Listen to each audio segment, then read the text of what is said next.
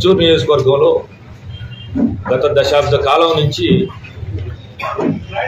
విచ్చలవిడిగా బోగస్ ఓట్లు ఎలాంటి ప్రూఫ్లు లేకుండా ఓటర్ లిస్టులోకి చేర్చబడ్డాయి. దీనికి ఉదాహరణ, ప్రతి ఎలక్షన్కి ముందు 20,000 ఓట్లు అదనంగా చేరినాయి. 2014లో 19,700 ఓట్లు చేర్చారు. అలానే 18-19 కలిసి ఎలక్షన్ ఇయర్స్ ఏదైతే వస్తాయో, అంటే ఎలక్షన్ సంవత్సరం జరిగే సంవత్సరాలు ఏదైతే ఉన్నాయో అక్కడ కూడా మళ్ళీ 19లో కూడా 20,000 పైచిలకు ఓట్లు చేర్చారు.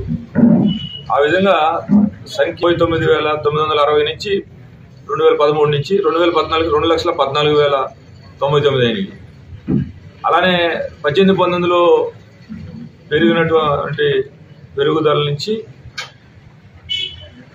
మరలా అది 2,14,099 నుంచి 2014లో ఈ సంఖ్య 2019 వచ్చేటప్పటికి 2,29,737 ఓట్లే. అంటే ప్రతి ఎలక్షన్ ఇయర్లో మాత్రమే 20,000 ఓట్లు గత 2 ఎలక్షన్స్ నుంచి పెరుగుతూ వచ్చింది.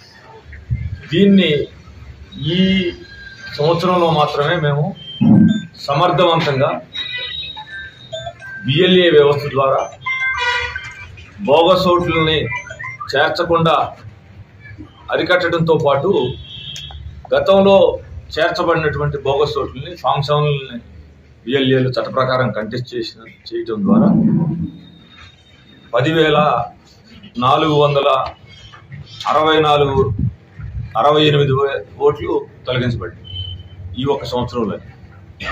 లాస్ట్ ఇయర్ కూడా సుమారు 6,000 పైచిలకు ఓట్లు పోయింది.